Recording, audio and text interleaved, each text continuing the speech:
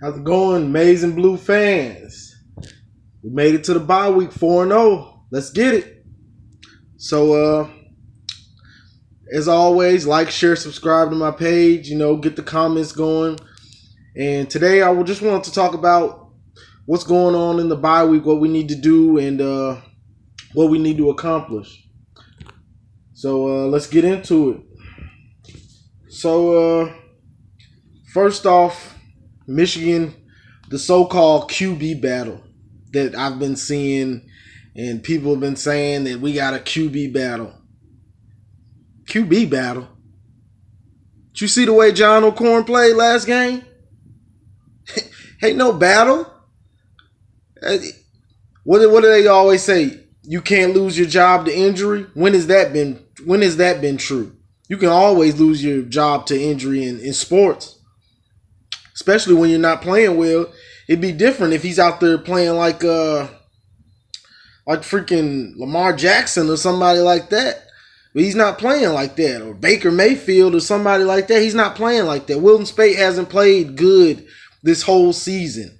Like if I go through his throwing, his percentages, they've all been 60, low 60s, 50s. He's like 54, 55% on the season. Like that's just bad.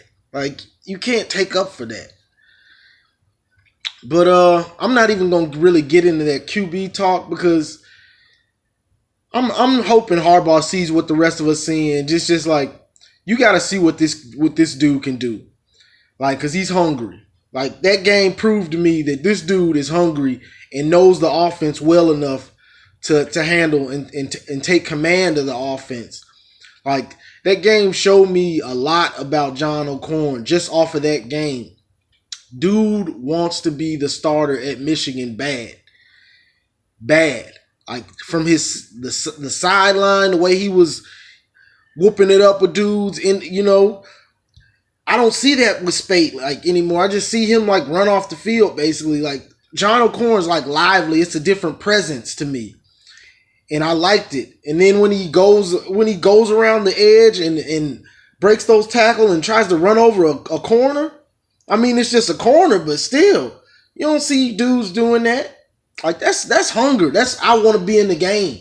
Like I'm the leader. I'm gonna show you on the field. But OKorn is a starter for me. Like it shouldn't even be a question. I just hope they take this week to just get him the first team reps. Let him get more accustomed to being the starter. Get more with the receivers. Get everything. Just get those reps in and get him more comfortable as being the starter in the game plan. Focus it around him and let's go. I wouldn't even mind seeing some more read plays because he's mobile. But we need John OKorn because the O-line, it's not just stable right now like that. The left side is pretty good, but the right side is just having growing pains because they're so young. So that's expected, but it is what it is. When you have a bad offensive line, you need a mobile quarterback. Like it's paramount to have a mobile quarterback at that time. So I'm just hoping they use everything to get that on track. Ty Isaac, hopefully he'll be back healthy and ready to go and get more carries. By the time we play Michigan State, he should be 100%. So I'm just looking for the offense to get better. Now, this is the time we want to start getting better every week. Every week we want to get better. I hate to say Wilton Speight, but it's John OKorn's team. From what I've seen, I haven't seen him do anything this year to say that he should have the spot. So that's just it for me. Just John OKorn's our leader right now. Let's see. And then the O-line. So the O-line needs to use this week to just get better, man. Like, just get some more consistency. And they've been switching out John Runyon and I don't know what's the guy's name that was starting, but they've been switching John Runyon Jr. in, and they've been swapping in and out. I don't know if it's for depth or what. But I'm looking to see them use this time, these 2 weeks basically, and just get better, get some more consistency on what we're trying to do. Like, we got to get a push on the run for the run. Like, we got to get a good push so we can start bullying teams in the first half and not late third quarter, fourth quarter. You want to do that. You want to do that to teams that, like Ohio State or something like that. Like, run them down because they just got a good defense. Like, you know what I'm saying? When you're playing a team that's stacked and has a great defense, you want to wear them down. But these teams that we've been playing, like, you want to dominate them with the run from the jump. Halfway through the first quarter, you should be getting runs and just establishing, getting 10 yards, 15 yards, 5, 6 yards a pop. You know, just killing them. So by the time second half is over, they don't have the will to even play anymore. They just want the game to be over. They've been getting done in all first half with just getting bullied on run blocks, so they want to be done with it. And the fact that we can't just get that push up front, that's why you're seeing these games go so long, because the running game's not getting all the way together, and then we had Spate being so inconsistent.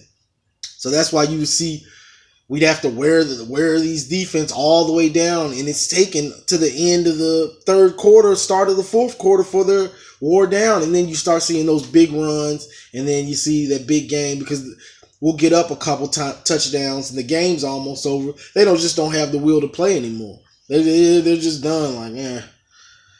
But that's what I want to say about the run and everything. Like, we have to get that going. Now to the defense.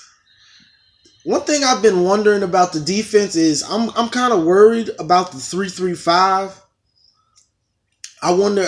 I have to see it, but I want to see how that's gonna play against like a team like Wisconsin and like Ohio State, teams like that with bullies up front, with just dogs up front. Let me just be real, dogs up front. I want to see where that's how the 3-3-5 works against them, because I wonder if he's gonna use the 3-3-5 like that, or is he gonna go back to a 4-3 when we play them? And I know what Don Brown's thinking with right now. He's thinking we don't have that depth we don't have as much depth at defensive on the D line. So if he goes 3-3-5, that's another D lineman he can keep out, and then he can bring the 3 in, the fresh. You know, he's got more bodies to bring in, so they stay fresh. If you go 4, then I think Michigan only has like maybe 2, 3 backup guys that can come in. It might be 2 because we had a DN that got hurt for the season, so we might have like two guys that can come in if we run a 4-3 or any defense with 4 down linemen. But with the 3-3-5, that gives you 3 extra defensive linemen. So I'm thinking that might be it, why he's going with that, just to keep his guys fresh and not have as many on the field. But it worries me a little bit. Like, will we be able to stop their run with the 3-3-5 with the team? I mean, most teams we can handle, but teams with good offensive linemen and they start getting those big linemen on our linebackers. Like, I'm kind of nervous about that. I don't know if he's gonna do, if he's gonna go with a 4-3 or change it up when we play a team like that. Because teams like Wisconsin, Ohio State, like, they got some big dudes up front, some dogs that are good offensive linemen. Like, these dudes gonna be in the NFL. So that just I'm kind of worried about that. I'm not worried. I'm just kind of wondering. I've been kind of wondering about that. But besides that, there's not much to say. I mean, it's a bye week, so you just want to get better at everything and not get stagnant. And, you know, you always want to get better every week, even if it's a bye, especially in a bye week, because you're going to be able to implement some more plays, get healthy. Any dudes that got nicks and bruises should be almost back to 100%.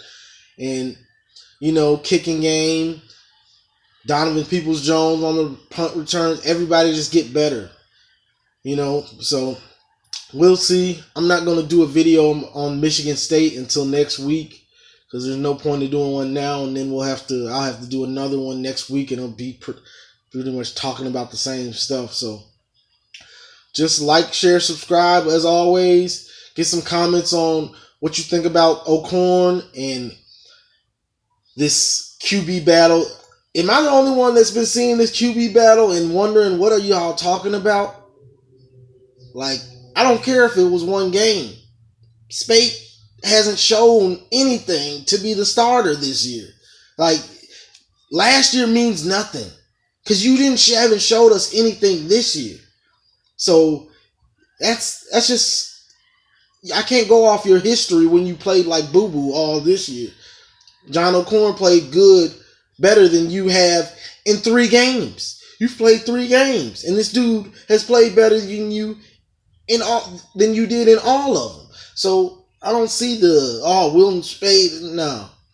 So just let me know what y'all think about that and what you think we should work on in the bye week, and just what you think, what your thoughts are.